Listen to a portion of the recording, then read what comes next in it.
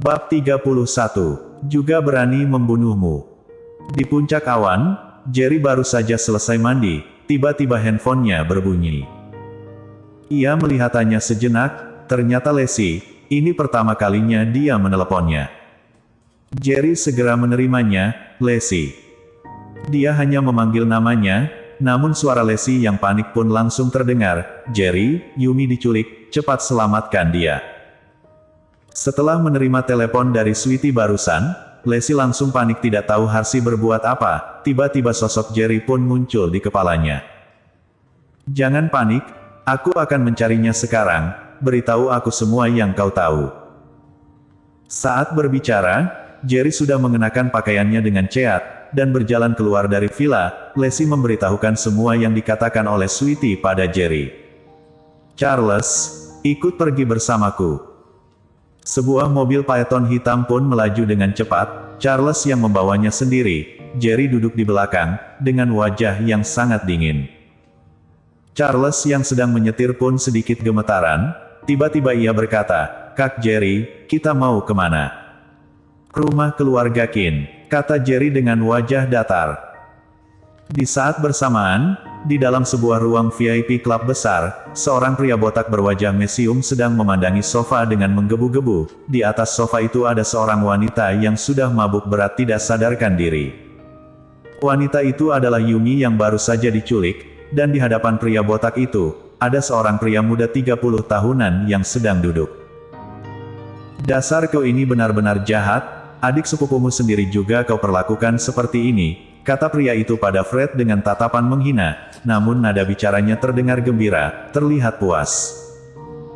Fred berkata, "Itu salah dia sendiri tidak tahu diri, nanti setelah aku mendapatkan foto dewasanya, dia tidak akan bisa berbuat apa-apa."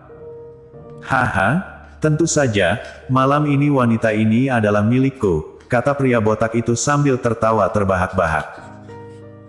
Wajah Fred sedikit berubah, ia segera berkata, "Kak Shaun, wanita ini masih berguna untukku. Aku hanya bisa memberimu 1 jam saja, tapi setelah hubungan antara kau dengannya cukup mendalam, bukankah dia akan menjadi milikmu selamanya?"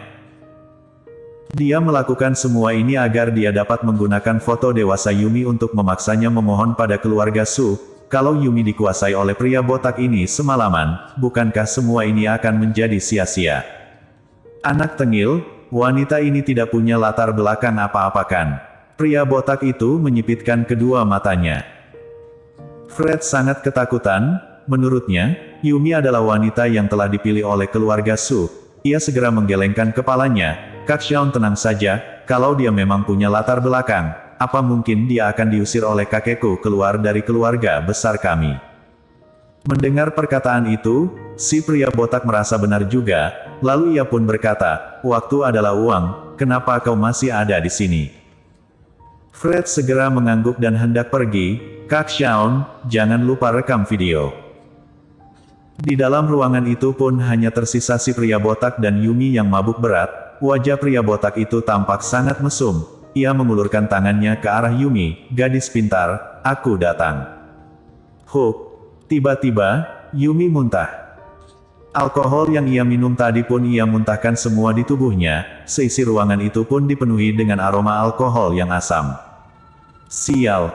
Pria botak itu mengumpat, lalu segera memanggil 2 orang pelayan, "Cepat bersihkan, jangan buang waktu indahku." Di rumah keluarga Kin, Tuan Besar Kin sedang berdiam diri di kamarnya sendirian. Sejak kembali dari rumah Leslie, dia telah mencari banyak sekali teman lamanya, tapi tidak ada satu pun yang ingin membantunya. Apa keluarga Kin benar-benar akan hancur? Tuan Besar Kin tampak sangat tidak rela, tak lama wajahnya pun berubah keji. Semua ini karena ulah Yumi Kin si wanita jalang itu. Kalau bukan karena dia menolak untuk memohon pada keluarga Su, keluarga Kin tidak akan bernasib seperti ini. Tiba-tiba, terdengar suara dari luar kamar, seperti suara orang sedang bertengkar. Seketika Tuan Besar Kin pun marah besar, ia langsung berjalan keluar dengan marah. "Sudah jam berapa ini, kalian?"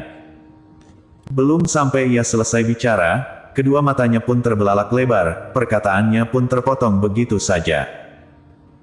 Di depan pintu kamarnya, sudah ada banyak orang yang terkapar di lantai. dan orang-orang itu adalah para bodyguard yang menjaga keamanan keluarga Qin. Bodyguard itu ia rekrut dari berbagai penjuru negara dengan harga yang sangat mahal. Namun sekarang, selain hanya ada satu sosok orang asing yang masih berdiri, yang lainnya sudah terkapar tidak berdaya.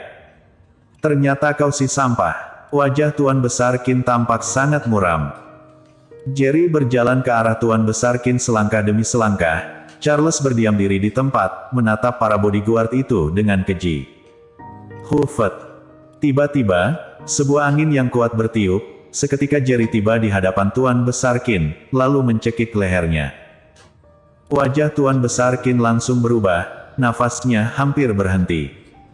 Kalau sampai terjadi sesuatu pada Yumi, aku akan membuat keluarga Qin kalian lenyap, kata Jerry dengan penuh kebencian. Baru saja selesai bicara, Jerry langsung melemparkan tubuhnya. Tubuh Tuan Besar Qin pun seperti layangan putus, dan terjatuh keras di lantai. Uhuk, uhuk. Tuan Besar Qin pun langsung batuk keras. Seluruh orang di rumah keluarga Qin tercengang, apa orang tua pun tidak akan dia lepaskan. Kau, beraninya kau menyentuhku. Tuan Besar Qin marah besar. Drap, drap, drap. Jerry berjalan selangkah demi selangkah ke hadapannya, lalu mengangkat kakinya, dan langsung menginjak dada Tuan Besar Qin, menyentuhmu. Aku juga berani membunuhmu, apa kau percaya? Lalu, sebuah kekuatan yang sangat besar pun terasa di dadanya. Tuan Besar Qin merasa dadanya sangat kesakitan dan sesak, sampai saat ini barulah dia menyadari, Jerry benar-benar berani membunuhnya. Sekarang telepon Fred, suruh dia untuk mengantarkan Yumi kembali. Dalam 10 menit, kalau aku masih belum melihatnya, kalian akan membereskan mayatnya, kata Jerry sambil melepaskan injakan kakinya. Meskipun dia sangat ingin membunuh si tua ini, tapi bagaimanapun dia adalah kakek Lesi. Dasar sampah, apa kau berani coba-coba menyentuh putraku? Tiba-tiba seorang wanita parubaya berteriak pada Jerry. Jerry mengerutkan alisnya, tampar mulutnya. Plak.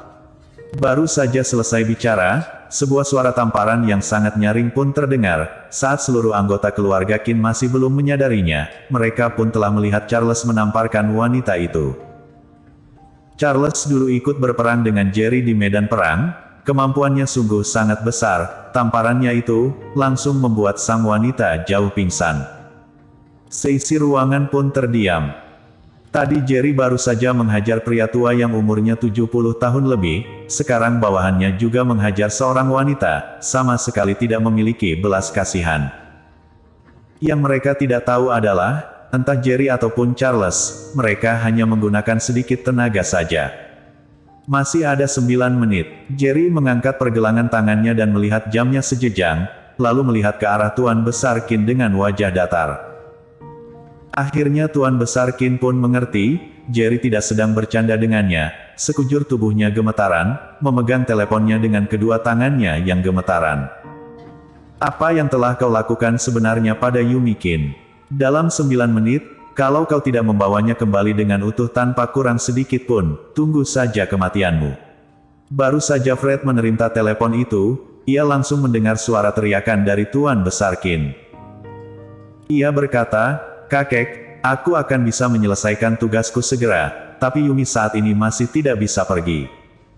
"Sial, aku memerintahkanmu, segera bawa Yumi kembali sekarang."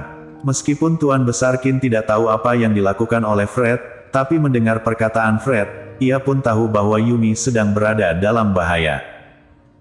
Segala tindakan Jerry di rumahnya ini sudah jauh lebih parah dari apa yang ia bayangkan. Ia tahu, kalau sampai terjadi sesuatu pada Yumi, jangankan keluarganya yang lenyap, bahkan dirinya sendiri pun juga akan dibunuh. Rasa takut yang sangat dalam pun berkobar di dalam hatinya. Tiba-tiba ia merasa seperti sedang bermimpi. Apakah pria di hadapannya ini benar-benar adalah cucu menantu sampahnya dulu itu? Fred berkata, "Kakek, Yumi ada di mansion nomor 1, kalaupun dengan pesawat, dalam 9 menit, juga tidak mungkin bisa kembali. Tugasku akan segera selesai, kakek tidak usah memikirkannya lagi, aku pasti akan membuat kakek puas."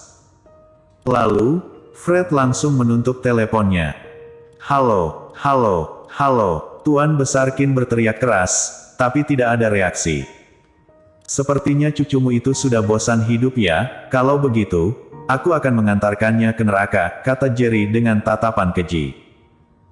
Seketika Tuan Besar Qin pun panik, ia berkata, Jerry, jangan, kumohon lepaskan dia kali ini saja. Dia benar-benar panik, meskipun dia sudah mengatakan pada Fred bahwa dia tidak akan bisa kembali jika tidak bisa menyelesaikan masalah keluarga Qin, tapi bagaimanapun Fred adalah cucu laki-laki satu-satunya. Dia hanya punya satu putra, yaitu ayah Fred, tapi beberapa tahun yang lalu dia sudah meninggal dalam kecelakaan. David Qin hanyalah anak haram yang dibawa istrinya ke dalam keluarga ini, tidak ada hubungan darah dengannya. Di seluruh keluarga Qin, hanya tersisa satu keturunan kandung saja, yaitu Fred. Kalau dia mati, silsilah keluarga Qin akan benar-benar putus.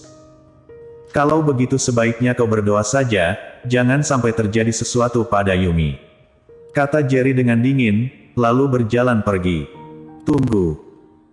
Tuan Besar Qin tiba-tiba teringat akan sesuatu, ia segera berkata, kata Fred, Yumi ada di mansion nomor 1, dari sini ke sana, dalam keadaan normal perlu 20 menit, tapi sekarang malam hari, tidak ada banyak mobil di jalanan, kalau cukup cepat, dalam 10 menit, benar-benar bisa sampai.